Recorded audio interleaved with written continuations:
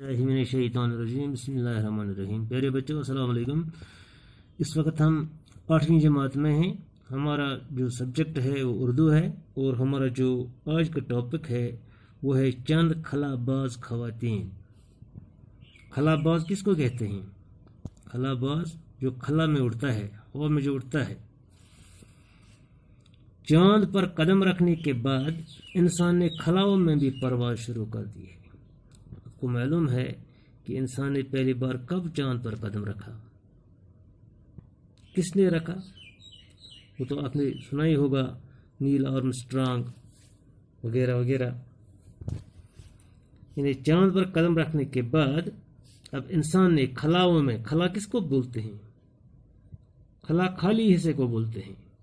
आसमान और ज़मीन के दरमियान जो खाली हिस्सा है उसको खला बोलते हैं। यानी चांद पर कदम रखने के बाद इंसान ने खलाओं में भी परवाज शुरू कर दी है। ये इंसानी तरक्की का एक बहुत बड़ा कदम है।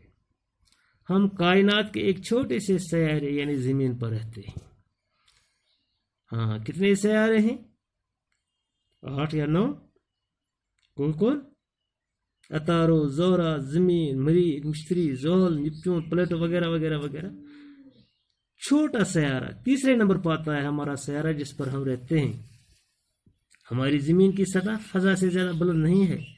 60 किलोमीटर तक तो खासी हवा है, लेकिन तकरीबन 300 किलोमीटर के बाद इसकी हदूद ख़त्म हो जाती है। इससे आगे एक बेकार और सुनसान कायनात है जहाँ आवाज़, हवा, पानी, रोशनी कुछ भी नहीं है। यही खला है। मेरे बच्चों, अगर तुम्हें कोई कहेगा कि खला किससे कहते हैं तो आपका जवाब क्या होगा? एक बेकिनार और सुनसान कायनात जहां आवाज, हवा, पानी, रोशनी कुछ भी नहीं है, खला कहलाता है। शुक्रिया।